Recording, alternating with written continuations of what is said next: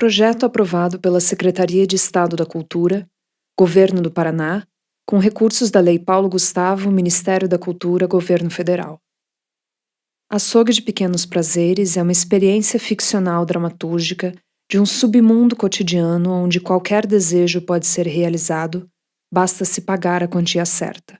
A instituição privada, fundada em 1624, oferece de maneira ininterrupta os mais diversos serviços nas áreas de clínica experimental e criação de ecossistemas especializados. Sinta-se à vontade, marque sua visita e venha nos conhecer. Não importa o que seja, oferecemos completa discrição. Sua vontade será realizada aqui. O episódio de hoje, Poleiro. Texto de Ellen Kaliski, sonoplastia e edição de áudio de João Mistinguet, voz e atuação de Cássia Damasceno.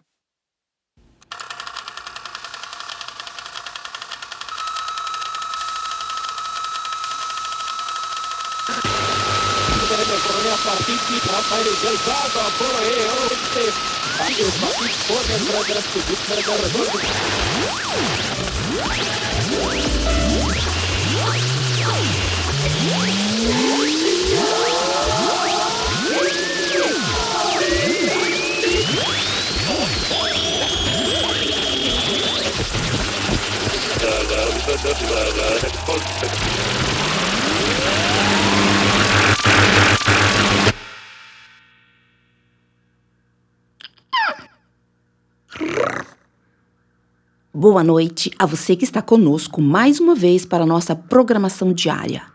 Esta é uma produção do Instituto Açougue de Pequenos Prazeres. Nossa programação conta com o apoio do Arquivo Geral do Ministério da Defesa. Entramos no ar em 3, 2, 1. Você está ouvindo a partir de agora a Rádio do Açougue de Pequenos Prazeres. A cada noite, uma nova noite, todas as noites. O programa de hoje é uma edição especial dedicada aos registros internos. Mas antes, um alerta.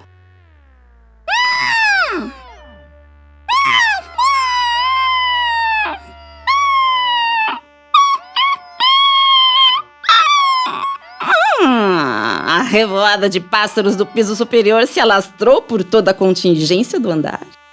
O serviço de segurança foi acionado na noite passada e está tomando as medidas cabíveis. Aconselha-se aos moradores não subirem as escadas, assim como deixarem fechadas portas e janelas. O relatório a seguir, emitido por um de nossos funcionários, nos mostra os episódios como se sucederam.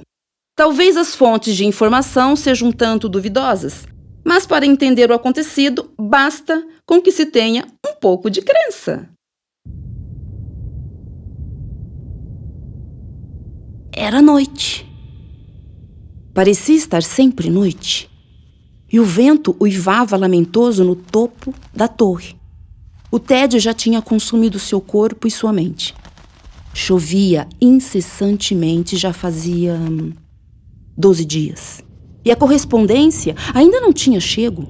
Atrasos eram normais nesse período do ano, onde as chuvas tinham o costume de durar em média 3 semanas. Uma rajada forte de vento veio lambendo as costas, deixando o céu mais escuro e o entorno mais úmido. Em qualquer outro mês do ano, ser vigia da torre era um trabalho glamuroso. Vistas paradisíacas, campos e mais campos verdes a perder de vista, assim como trajes dignos de filmes clássicos. Com olhos treinados, observava com calma pequenas aparições no céu, a uma distância média de 30 quilômetros. Acompanhava as revoadas e diferenciava pássaros, ciente do diálogo silencioso que travava com aqueles seres. O vento soprou ruidoso mais uma vez, fazendo movimentos giratórios em alta velocidade, acompanhando toda a extensão da torre de pedra. Nunca tinha pensado que chegaria a ver o ar desse jeito. Formas circulares, velozes, encobrindo o entorno com uma espuma branca, fina e volátil. Algo grande bateu na parte de trás da sua cabeça com força. Olhou para trás e para o chão à procura do que havia ocasionado aquele rompante desproporcional na ordem da vigia. Os olhos tão bem treinados avistaram em segundos um corpo grande coberto por penas. Aparentava ter uns 15 quilos. Longas penas e braços e canos acoplados a seu tórax de maneira firme e bem estruturada. Um corvo modificado pelos acasos da tecnologia. Se aproximou, esticou o braço e encostou de leve os dedos naquela carne quente e adormecida. Retirou da perna daquele ser um envelope amarrado, bege e umedecido. A tal dita ave, que era o que de forma mais geral aquilo parecia ser, encontrava-se em um sono profundo. Os canos afixados em seu tórax pareciam ser de um material bastante maleável e se estendiam pela extensão do chão. Corriam com folga, subiam por sobre a murada e despencavam altura abaixo. Acompanhou os cabos a descerem emaranhados até pelo menos metade do tamanho da torre de vigia e, a partir dali, tudo parecia se fundir e confundir. A ave, com certeza, havia chego de baixo. Segurou firme em suas mãos o envelope. Depois empurrou a ave adormecida mais para o lado, sentou ao seu lado. A sua orientação em casos de anormalidade, o que com certeza a situação se enquadrava, era de... Não sabia. Não tinha orientações. Impressionante como a ave continuava a dormir. Olhou por entre as gotas de chuva para o papel em sua mão. No remetente estava escrito: registro em papel número 1631, Poleiro. Código de identificação 8030. Virou o envelope e mais nada. Com a ponta da unha do dedão, soltou o lacre que segurava mais alguns outros papéis. Puxou e desdobrou com cuidado as folhas de uma caligrafia curvada e espaçosa. Olhou para a sequência de páginas em sua mão. Pigarreou e tossiu algumas vezes e começou a ler. Nunca pensei em escrever um diário, mais ainda algum tipo de memória. Mas se não escrever, talvez nem eu acredite. Desobedeça, a linha do tempo. Desobedeça, a linha do tempo. Uma promoção relâmpago aos nossos ouvintes? Ligue agora para o número que você já sabe e participe das apostas. Prometemos grandes perdas em pequenas doses. Não sinta vergonha? Corra mais um pouco atrás dessa ilusão. O único jeito de entrar aqui é através da rede de esgoto. A tubulação é grande. Uma pessoa adulta pode fazer todo o trajeto de pé. Não chega a ser desconfortável. Um pouco escuro e sem ninguém. O caminho começa ou termina. Depende de como se pensa o início ou o fim das coisas. Nos fundos do jardim e desemboca nesse salão. Penso como o início. A caminhada de umas 3 horas tem como objetivo fazer com que se perca a noção de espacialidade. Saber onde está, quem se é, não importa mais. A trajetória cortada desses grandes canos é o que conta.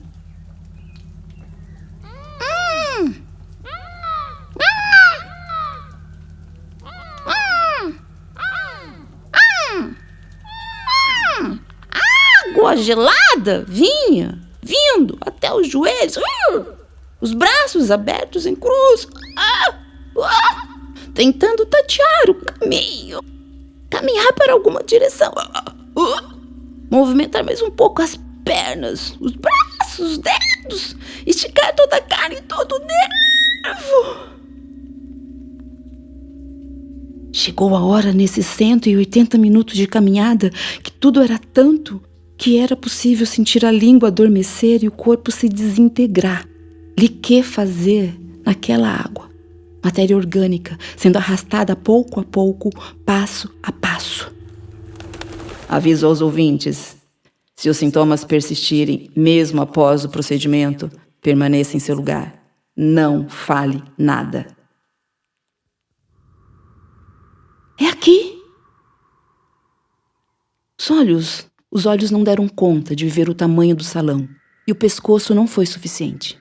A distância parece ser a mesma, inteira, abarrotada e escura, alta, a perder de vista na imensidão suprema suspensa desse teto invisível e inalcançável. As paredes são todas de arame, ou talvez, inicialmente pedra e depois concreto e depois sobem altas e se perdem, segue. As janelas todas fechadas e emperradas pelo tempo.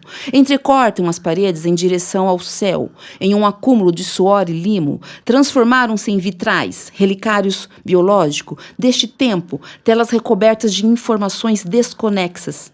Com certeza, são importantes solidificações centenárias. O chão, recoberto de penas. Água, com penas por todos os lados, de várias aves.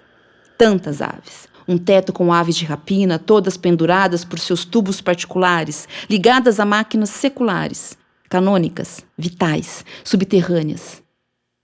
Frágeis existências letárgicas. E todas olham para o mesmo lugar. Calmas. Apontam a escada que devo subir. A mais alta.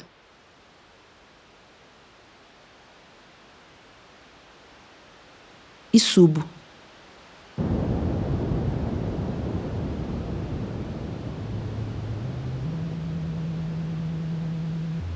A subida foi lenta, como era de se esperar. Os tubos todos estavam emaranhados à medida que iam escada abaixo e se confundiam com as aves adolescentes que se empilhavam por toda a estrutura de metal da escada. Uma subida sem fim, com 350 degraus minúsculos, onde só a ponta dos dedos serve de apoio. Talvez porque cada ave só a use uma vez. Não há retorno, nunca houve. Quanto mais alto, mais cheio, coagulado, lento cada passo, um conjunto de movimentos diferentes. Meu andar era o de número 23. Ainda não descobriu o que isso significa. E a indicação luminosa neon indicava um caminho pelo terceiro corredor da esquerda. O caminho todo tinha uma luz mais baixa, em tons de verde e roxo. Aquela sensação de confortável, de estar em casa, que nunca senti na vida, veio. Tomou conta da raiz dos meus pelos e da superfície total da minha pele. Chorei. Despejei imóvel uma tromba d'água que lavou o chão daquele andar e dos de baixo. Parei de chorar, estranhando tudo aquilo, e caminhei para onde a próxima indicação luminosa mostrava. Como acordado mediante contrato homologado, o lugar estava reservado. Um cubículo pequeno e uma cadeira acolchoada com couro vermelho brilhante. Sentei na melhor cadeira da minha vida. E a máquina ganhou vida. A cadeira suavemente inclinou para trás e a luz se transformou numa penumbra, onde os contornos haviam se transformado em vultos e esses em melhores amigos. Como o autogerenciamento da máquina era permitido, bastava plugar as solas do pé no buraco luminoso correspondente e pronto. Tudo funcionando. Pensei que seria desconfortável ficar ali sem me mexer, com os pés naquela máquina. Mas com o passar dos minutos fui criando afeição pela posição. A maior diferença foi que senti o fluxo de sangue mudar de curso. Os órgãos mudaram de lugar, se reformularam e rearranjaram. O coração foi mais para o que antes era baixo e as veias e artérias todas alargaram e abriram passagem direta para os pequenos fios que precisavam entrar e se conectar com tudo e com a máquina lá embaixo. Tudo foi feito pelos pés.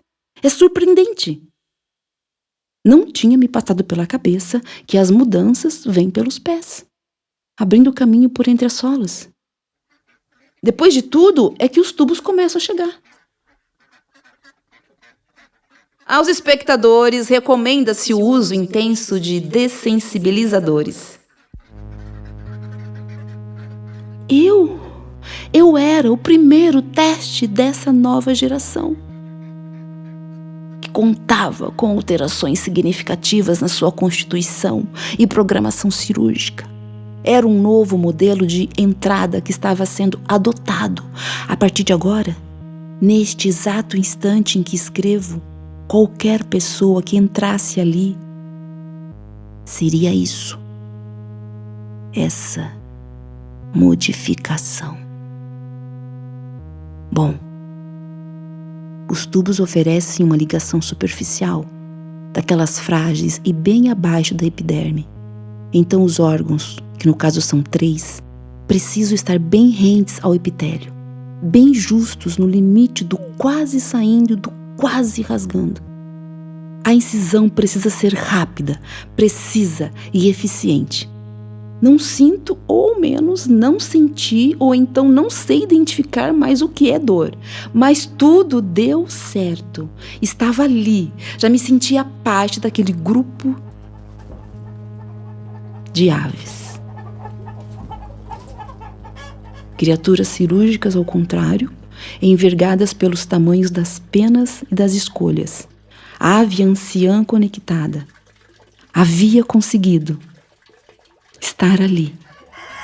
A lágrima também ao contrário subiu pela testa, caiu ao chão que também era teto, bem em cima desse pedaço de papel retorcido que me trouxe até aqui e que trouxe comigo.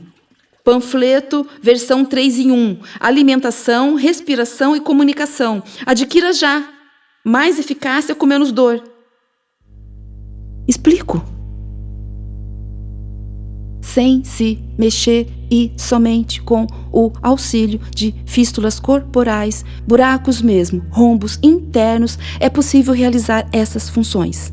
As fístulas são conectadas por longuíssimos tubos à central de processamento, análise e distribuição da máquina.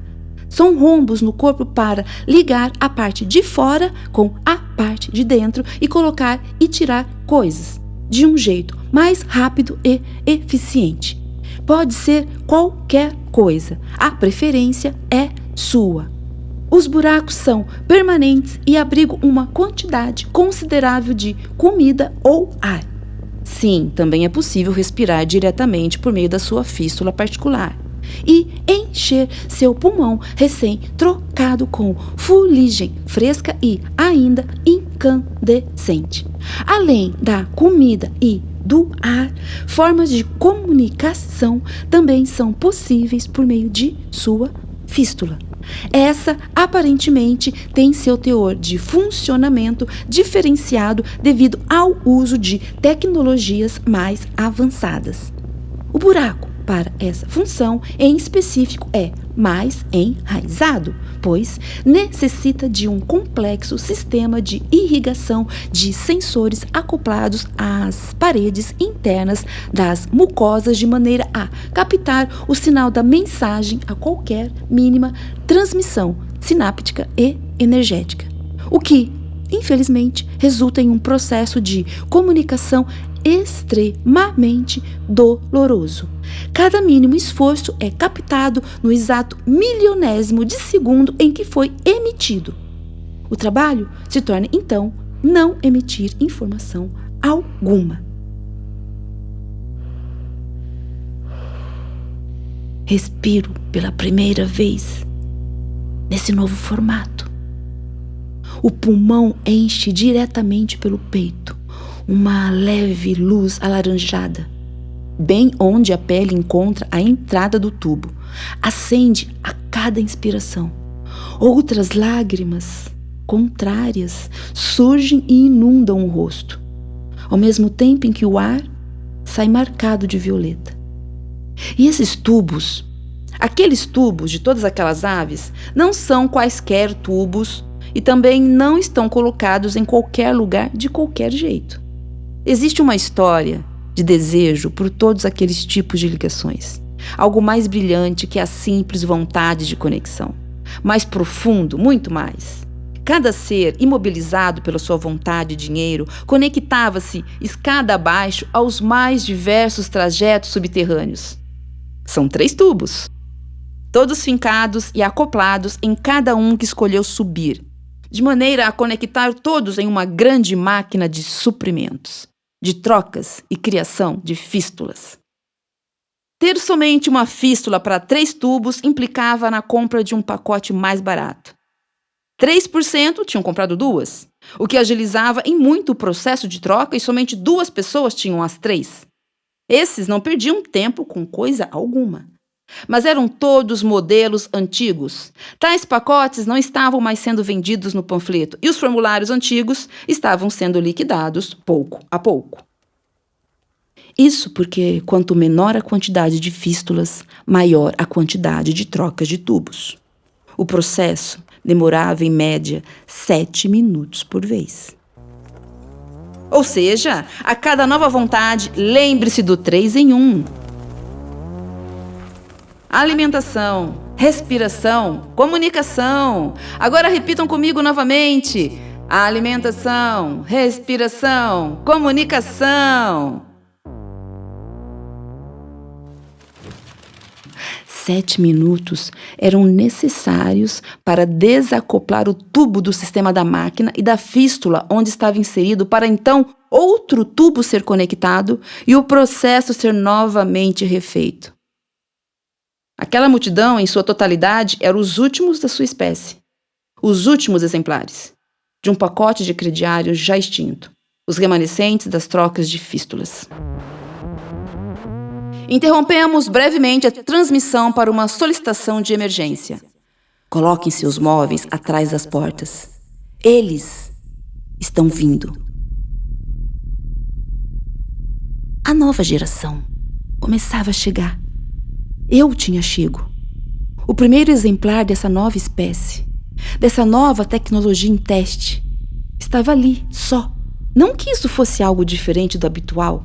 Estar só sempre fez parte do plano, e estar ali era sobre um grande encontro de partilhadores de solidão, um clube de retiro distante e permanente numa bolha conjunta de pequenos universos, um encontro caloroso permanente de acotovelamentos e mensagens mal decifradas, dores e grunhidos, porque no final de tudo, com todas aquelas trocas de tubos, sobrava nenhum espaço para supérfluos. As palavras eram tentativas no meio daquele mar aéreo de tubos e criaturas invertidas. Lindos morcegos biônicos. Morcego é ave? Sempre quis ser morcego, pensando que era uma ave que fez a trajetória errada para ser o que era, que já chegou aqui sendo o que é. Meio passado e presente, mas nunca futuro que não chega. Uma insistência pelo presente repetitivo, sobrevivendo no meio do que restam de quadros monumentais. Pinturas a óleo saídas de longos dedos de famosos artistas já consagrados e criticados. Cânones. Mestres indiscutíveis, estafados e entediados. Fim do texto. Evidência corrompida. A partir deste ponto, o papel encontra-se rasurado. Canto inferior direito queimado. Não sabe-se quanto tempo se passou. Pois era sempre noite, e as chuvas previstas estavam somente na metade. Mas o corpo permaneceu ali. A chuva e o pássaro continuavam da mesma forma, quase imóveis em sua atividade. Olhou ao redor, o mesmo nada de antes.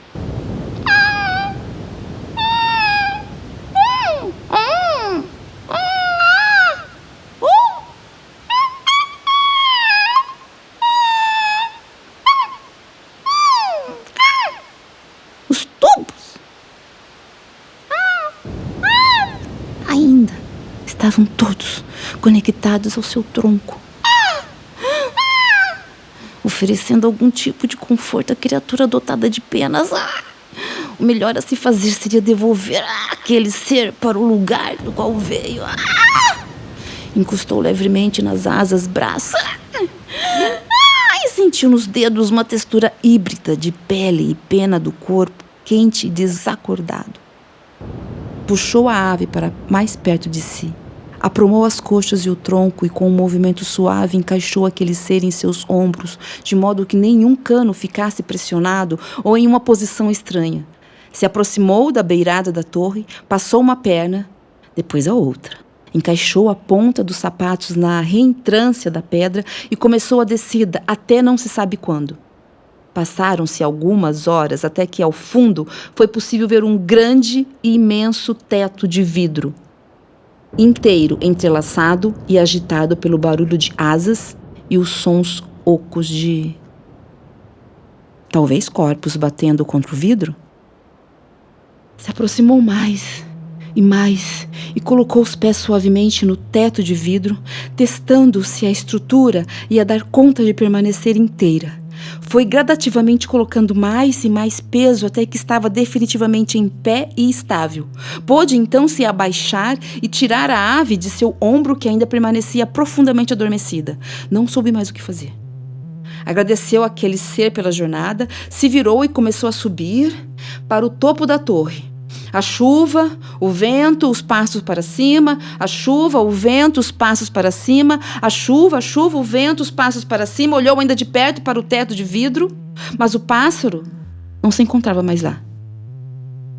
E aparentemente a movimentação intensa de dentro do vidro havia cessado, até que não pôde ver mais nada. A chuva aumentava, assim como o vento e as trovoadas. Infelizmente, nossa programação especial encontra-se no fim. Qualquer turbulência será contida por nossas forças táticas. Recomenda-se manter portas e janelas trancadas pelas próximas 72 horas da lua minguante. Nossos administradores desejam a todas as pessoas um excelente dia de trabalho. Uma boa noite, como essa e como todas as outras.